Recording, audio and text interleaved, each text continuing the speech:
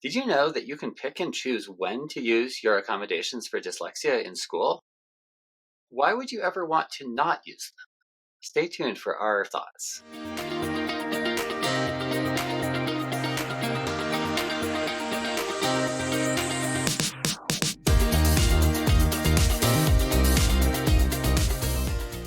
Hey everyone, we're Nick and Sonia, and this is Dyslexia Journey. And this is a part 2 to a video where we talked about how accommodations aren't always as glamorous as you think, just kind of talking about some of the trade-offs that can happen when you do have accommodations, because there are downsides to them, even though they are very important. And in this video, we wanted to just kind of have a little talk about when you might consider not using an accommodation, even though they're so important. Yeah, and that might sound ridiculous. Like, why wouldn't you want to use your accommodations? And so, one to jump in with a specific example, in our previous episode where we talked about accommodations not being as glamorous as you might think, we talked about how extra time on tests it can sometimes be really hard for dyslexic kids to concentrate for that amount of time. Mm-hmm.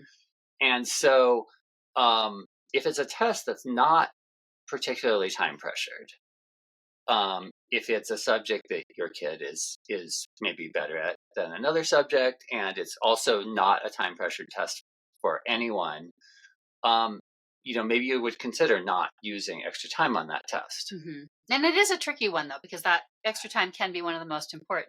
So in this video, we wanted to have a little discussion about, I guess, things to keep in mind, what to consider for whether or not you should use a particular accommodation. Yeah, and the first point really is that you can pick and choose.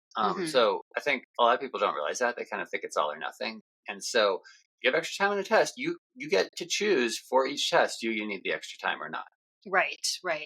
And sometimes you may have heard someone have sort of a use it or lose it mentality around it. Like often for 504 plans and IEPs, I think in particular, at the end of every year, or at the beginning of every year, there'll be a discussion about should the plan be changed at all. That can mean adding things, but it could mean, are you using the thing too?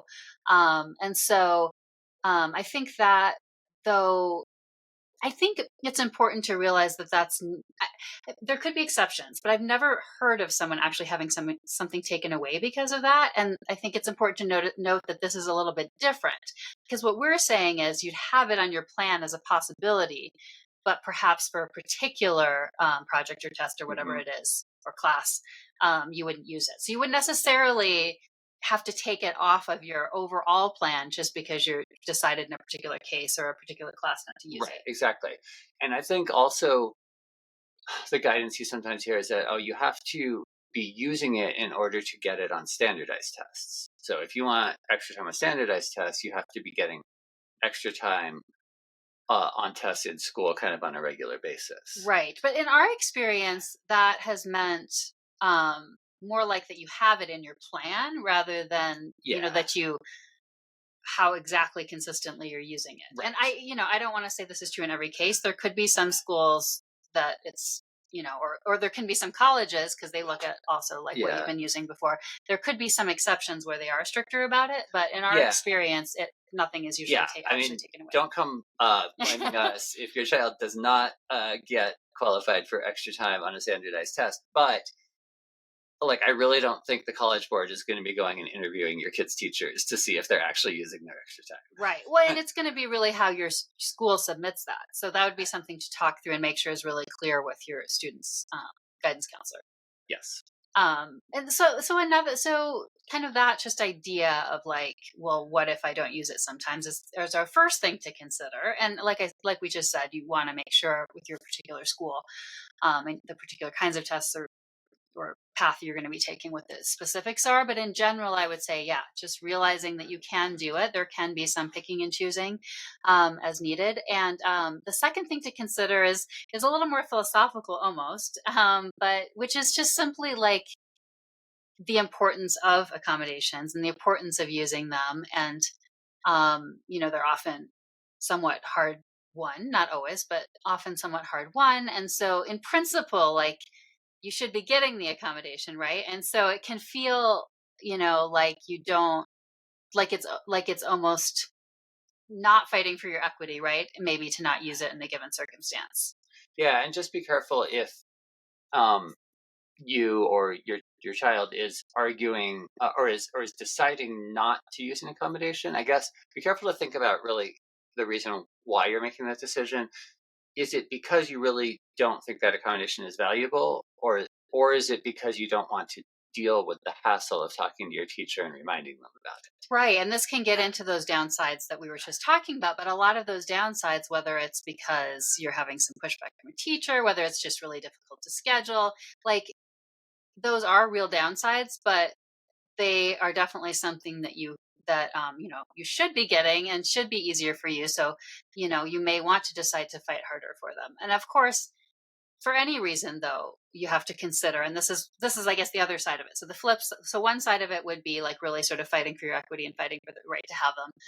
The other side though is to go really practical and figure out though, how is this actually affecting you? And again, Right. in a very specific, for each specific potential accommodation or for each potential class, each potential kind of test, because it is important to see how it's actually affecting you and how effective it really is because of the kinds of downsides that we talked about in the other part of that video, um, such as we mentioned for the length of time on the test. Right. If it's really a downside that you feel like isn't actually allowing you to show as well your in the balance your learning, then that would be definitely a good time to consider that maybe you don't use the accommodation on that in that particular way. Yeah, and so at this point, you might be wondering, you know, or you might be thinking, okay, like that. I understand it in theory, but like when in practice would I not want to use an accommodation? And so maybe we could go through some concrete examples here. So And it's kind of a way also to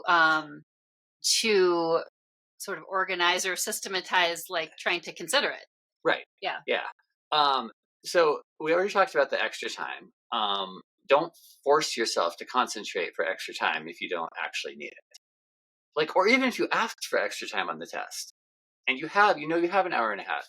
If you're done in an hour, you're done. Don't force yourself to spend the extra Hmm. hour focusing on Right. And it. and for standardized tests, of course, you're not allowed to leave, so it's a little Right. different. But we're talking about more like a classroom test, Yeah. because it does take that extra mental energy to focus on it. Yeah.